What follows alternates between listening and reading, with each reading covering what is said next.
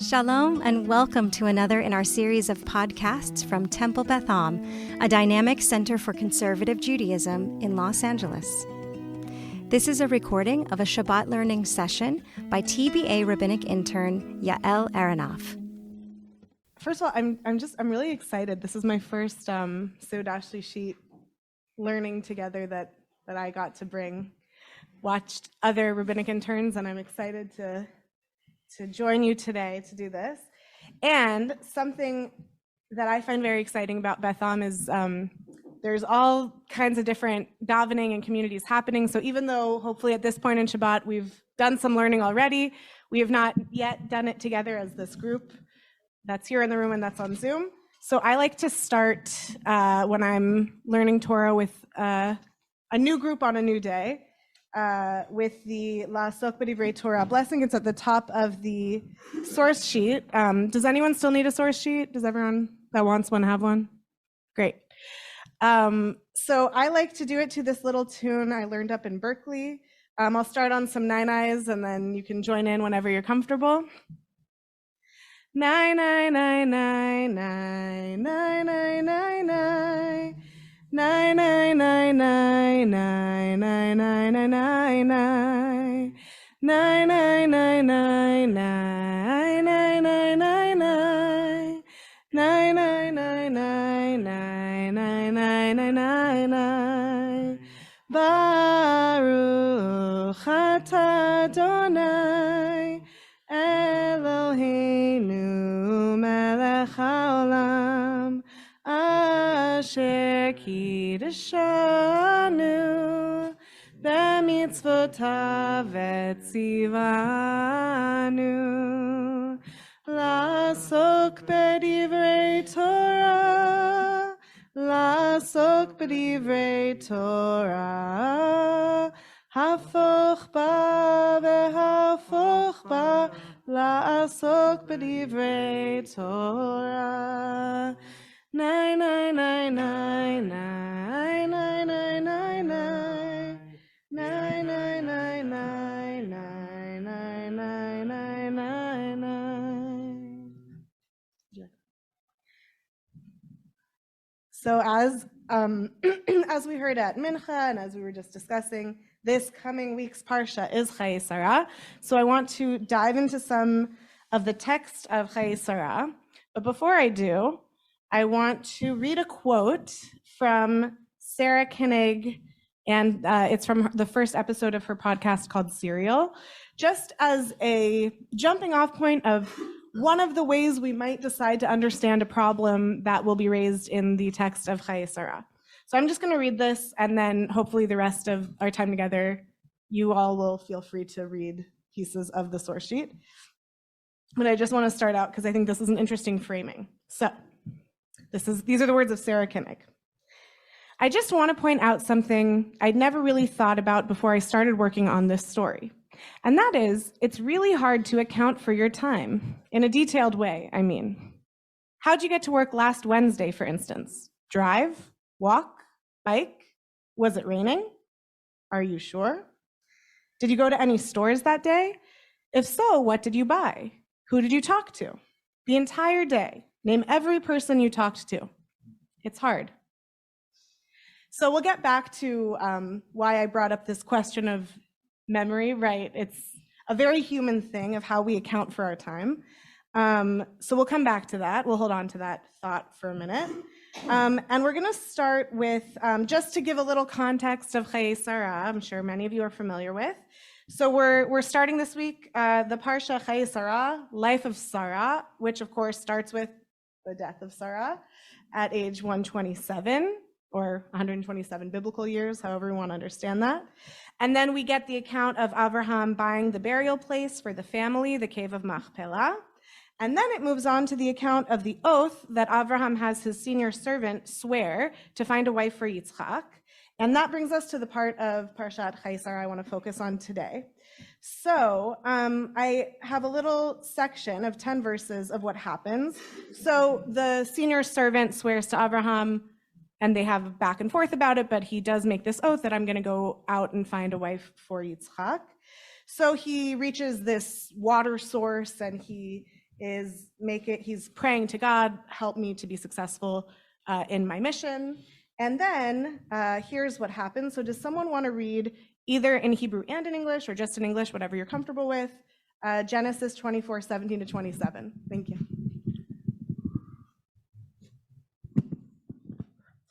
Vayarot ha'eved likrata vayomer hagamiini na me'at mayim mikadech vatomer shite adoni vatimaher vatoref kadah al yadah vatash kehu vatechal lahash koto Tomer gam ligmalecha eshav ad im kilu lishtot. Matemaher vatar kadah el hashoket vatarot od el habit er lishov vatishav lichol gemalav vaish mish ta'elah micharish Ladad Hahitzliach Hashem Darko Imlo Vayhi Kasher Kilo Hagamalim Lishtot Vayikach Haish Nezem Zahav Beka Mishkalo Ushne Tamidim Ayadeh Asara Zahav Mishkalam Vayomer bat mi at hagidina li hayesh beit avich makom lanu lalin bat tomer elav bat betuel anochi ben milka asher yalida anachor bat tomer elav gam teven gam mispo rav imanu gam makom lalun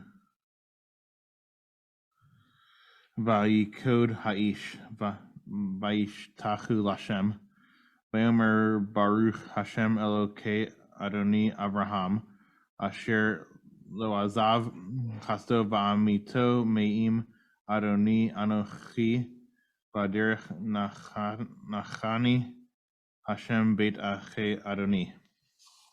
Thank you so much. Can I also ask you to read it in the English too? Sure. Thank you so much.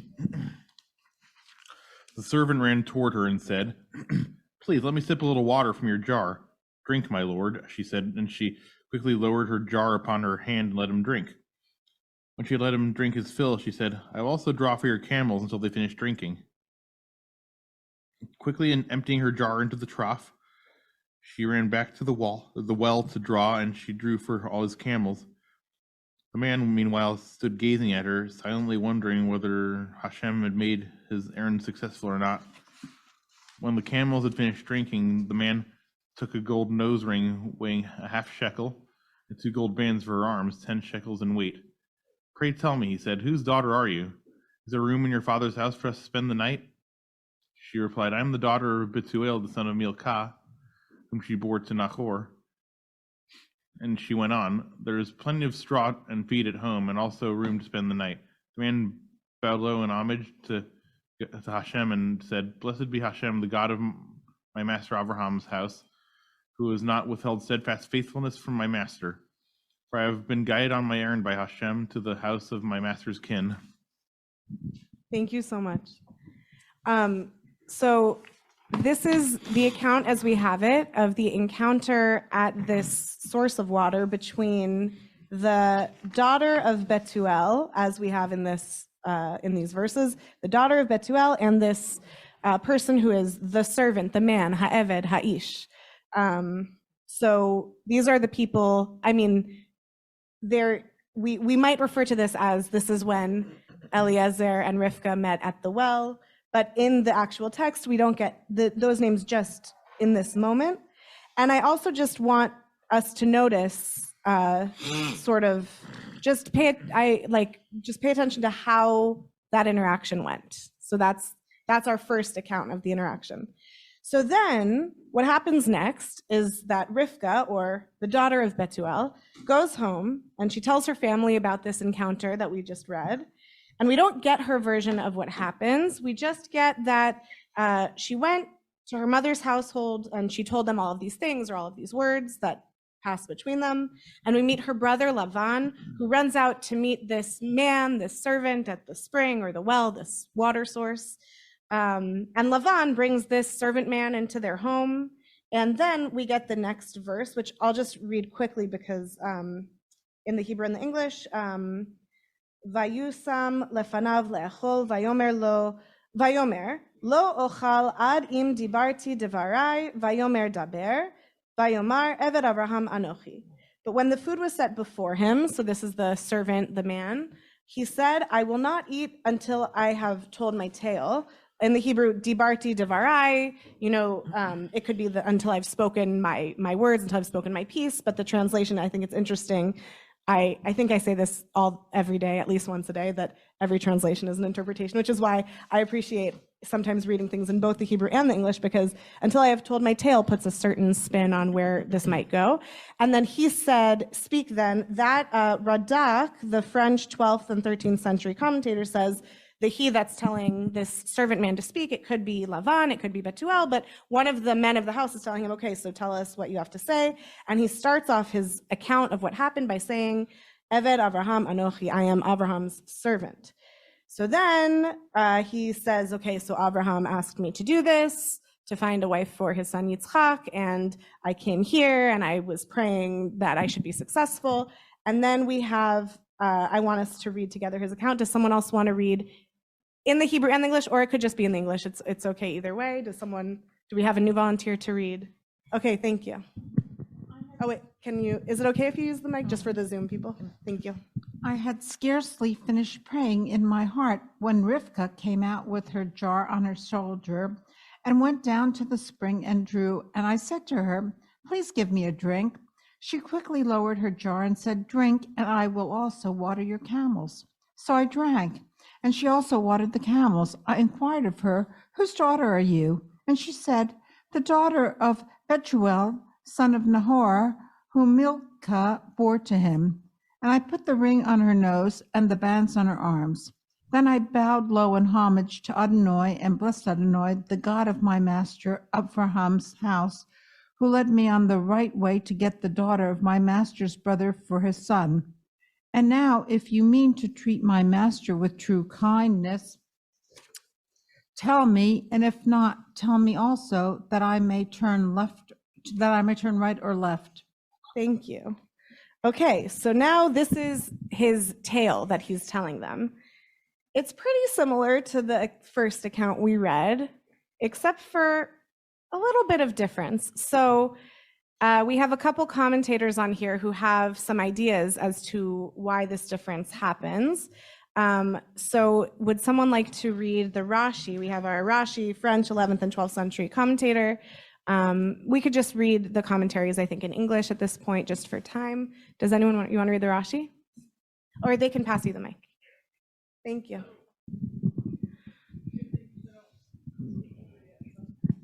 English works too. Yeah, great. And I asked her, and I put on the ring. He changed the order of proceedings, for in fact he had first given the presents and afterwards questioned her. But he did this in order that they should not catch him by his own words and say, how could you give her anything when you did not yet know who she was?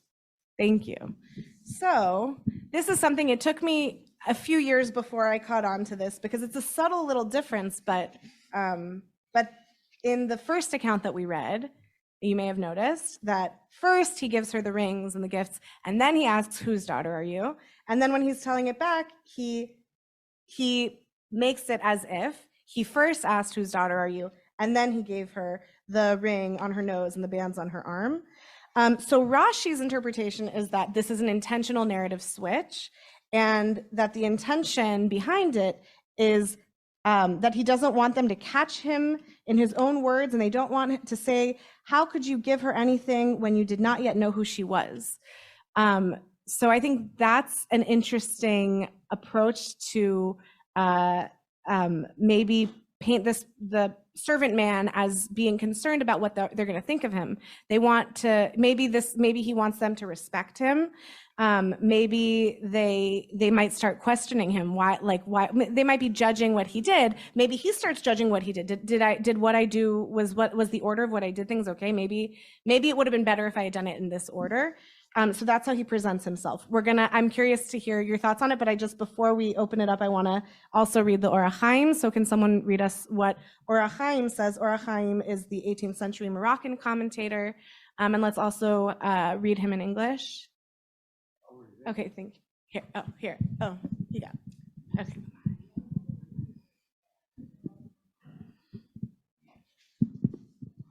I asked her and put the ring on her nose. He changed the sequence of events in his report so that Lavan and his father, in their craftiness, should not be able to claim these trinkets as belonging to Butiel, since Rivka had obtained them as a reward for services rendered. If, however, Rivka had obtained the jewelry only after she had identified herself as the daughter of Butiel, it was clear they were meant to effect a betrothal between her and Yitzhak, her father not being able to claim them as belonging to him.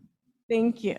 So, Or HaChaim agrees with Rashi that the change in the order of events is an intentional thing on the part of the servant man, but his reasoning is that it shouldn't be seen, the ring and the bands shouldn't be seen as a reward for her services, but as an engagement. Like the ring is like almost representing an engagement ring between Rivka and Yitzchak.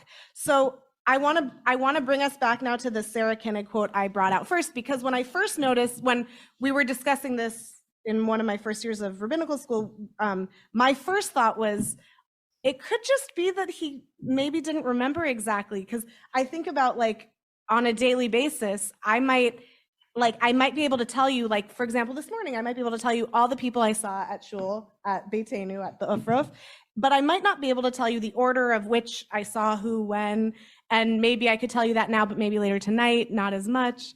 And so I thought, when I first read it, like, it could just be the very human thing of it's hard to account for our time, but there's also the possibility of it's an intentional switch, and it could be from the Rashi reading of because he cares about how they're going to perceive him, and it could be the Or HaChaim reason of because he wants the ring and the bands to be this engagement symbol.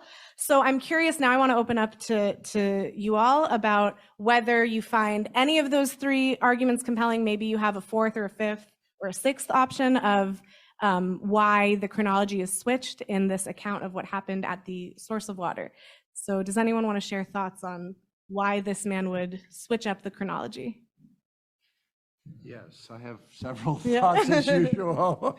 I didn't expect to have any, but well, when he mentions the craftiness of it, that was interesting. So I just didn't think of that. That makes good sense. So that's one. Two, Yitzhak never came up. It's like, hi, you look good. Marry my friend. You know, I mean, that's kind of odd in the sense of that, but maybe that's the custom of the day. Go find me a wife, you know, whoever gives him something, that's a good candidate. I don't know. I don't know enough about the sequence of times there.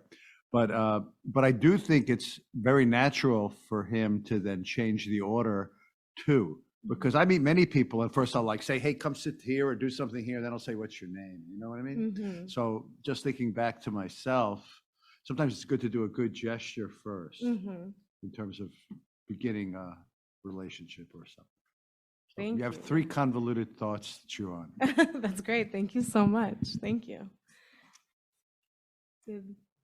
Any other thoughts on why the switch up in the order of events of who are you? Let me give you gifts, or let me give you gifts, and then who are you? Well, thank you for the food for thought that you gave us. So we can sort of sit with that as we go on to. I have a point I'd like to make. Oh, yes, thank you. Yeah. The first one is a narrative, right? Yeah. Someone saying what he said, and the second one is him saying what he said. He's saying that he's telling the story, and and I've said this before, but they said about Harry Truman, that any story worth telling is worth exaggerating. What I'm saying is that when you tell a story, it's different than when you're narrating a story. So by telling it, you emphasize the points that you want to make. The fish is that big or whatever. And I'm just saying that by telling it is different than narrating it.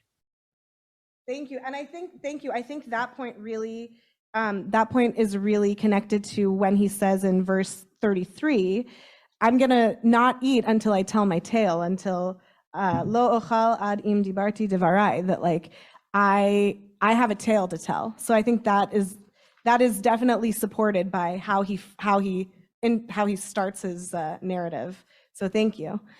Any other thoughts on this question? Or we'll have more thoughts as we go. Thank you. So Radak says that it's either Lavan or Betuel, but that's one interpretation. There's just a sense that he's in Rivka's house announcing to her household how they met. But I think there could be probably lots of interpretations of who's actually in the room hearing this story. What do you think? I just think it matters. Yeah. I think it matters because I think if he's telling her father, that's a different thing, right? Mm-hmm. Especially, I mean, I'm not sure what the custom of that day was, but the custom, of essentially exchanging goods and a bride being part of that exchange. Right. Yeah. So I just think it matters. I don't Yeah. know. Yeah. Thank you. I just think it matters. Thank you. Yeah. So I think if, in my opinion, maybe he didn't know if they would accept the fact that God had sent him there, and that it was all along that it was going to be. She didn't need to answer. She didn't need to be asked.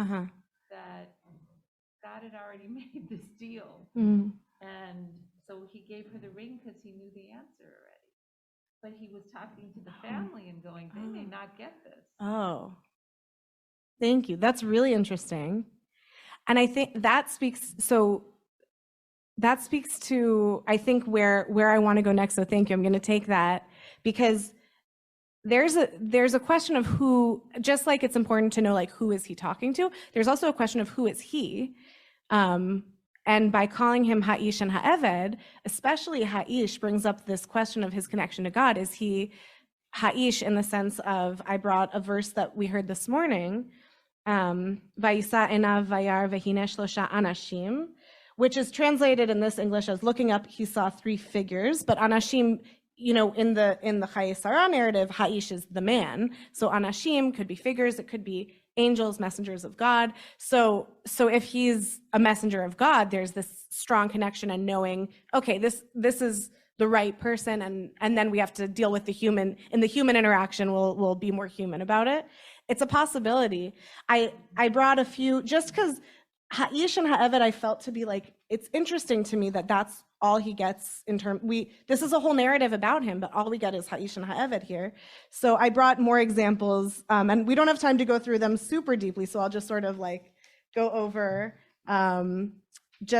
we have the Anashim from this week's Parsha, and then in the next verse, how Abraham refers to himself as Avdecha, that he is the servant of the servants of God, perhaps. And then I brought another example from Breshit with Ish and Avadim. Sorry, what? Yeah, the wrestling, right. So that's the Ish too. So I just think these words are, even though Ish and Eved can mean a lot of things, these words are definitely loaded with meaning, especially in Breshit.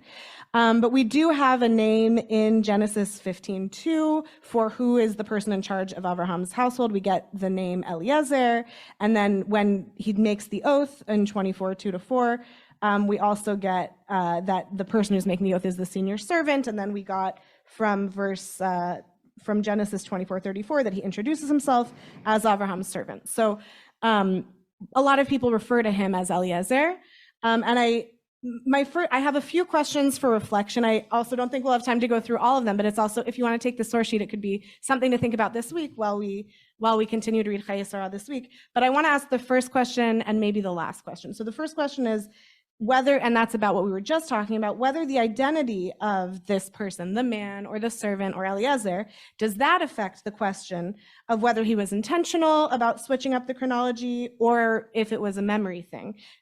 If it's a question of memory, that could connect to maybe if he's Eliezer, maybe he is only human, or would his humanness perhaps be all the more reason that he would want to control the narrative? Both feel like they have human tendencies, both feel like they have divine tendencies. So I'm curious if, just like it matters who he's talking to, if anyone wants to share a take on the identity of this person that we're talking about in this parsha.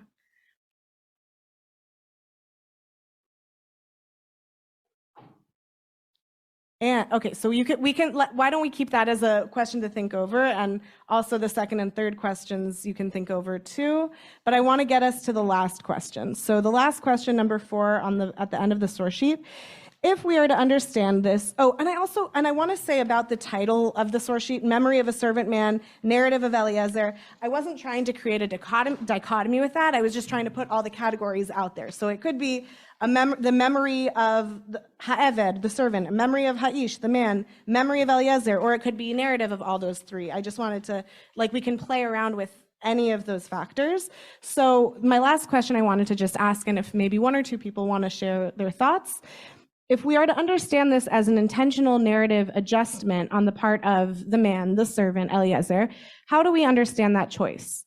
Are there times when we intentionally rearrange the chronology of events in our own lives when we are asked to recount events?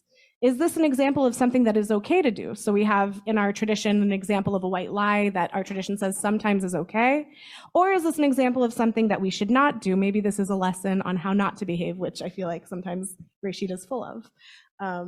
So any thoughts on whether this is something we can relate to or maybe something we should stay away from? Someone does that very often. What I do is I improve the narrative. Oh, I like that. Thank you. Any other thoughts on if we should model Eliezer /man /servant's behavior or maybe not?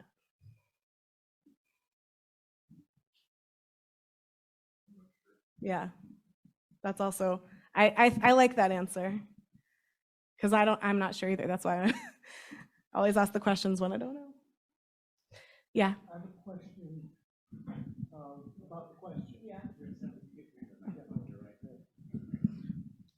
So my question about the questions is, assuming that the initial narrative is the truth, the objective truth of what happened. That's also a good point. Yeah. One of the things that's not really fully addressed about that is, why did he give her the stuff? The question he didn't want to have asked. What was the thinking? How would he have any way of identifying who Rivka was before he even confirmed it? Did he have some other source of it? What is going on beyond the narration order? And if he's just a servant, then how would he take it upon himself? Not in the days where he could open up his phone and see a picture and say, that's her. How would he know that that was there? Was he above the level of a servant to know more? Right. So that's my question about the questions. Right. I think those are all great questions too. Thank you. I mean, I think those are questions that play into it.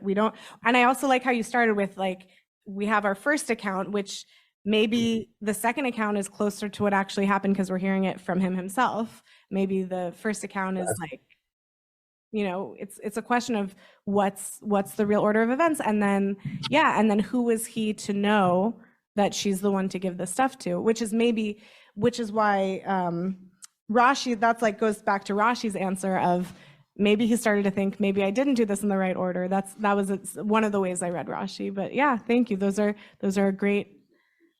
Yeah, he is. Great additional questions. Yes. Yeah, thank you. First, Yael, thank you for walking us through these sources. I think it is fascinating to ask ourselves how reliable a narrator this servant Eliezer is. but we're actually asking the question from within an assumption that the narrative that we've received is reliable, right? Because there's also a question which you couldn't ask in the yeshiva world, but we can ask in our world: how reliable is this chapter of Breshit? Right? Is it possible that what Rashi and Orach Chaim are trying to resolve as an internal inconsistency in the story actually is an inconsistency that's represented by several different narrative traditions that got woven together, which you see a lot in the Joseph story, right? And it's heretical in some gatherings to even raise the question, but it actually plays into your larger question, which is that I think we would be shocked if someone shared with us a transcript of everything we said in the last 24 hours. And or we were asked to remember everything we said in the last 24 hours and then showed what we said. Our own memory of what transpired and what we spoke would not be nearly as reliable as we'd like to think it was. So maybe this was intentional on the Torah's perspective, you want to call it God's perspective or the editor's perspective, to show a story that naturally changes in small detail as frequently as our own senses, our own reality change. Thank you. Yeah. And that also brings me, thank you so much. The question about memory, there's one thing when you're talking about individual memory, and then there's a question of communal memory. And that gets even, if it's hard for me myself to remember what I did in the last 24 hours, as a community, as a people, it's all the more complicated and maybe all the more rich. So thank you. You have been listening to another in our series of podcasts from Temple Beth Am, a dynamic center for conservative Judaism in Los Angeles. If you enjoy these podcasts, we invite you to write a review on the Apple Podcast site or wherever you get your podcasts. For more information about Temple Beth Am Los Angeles, go to tbala.org.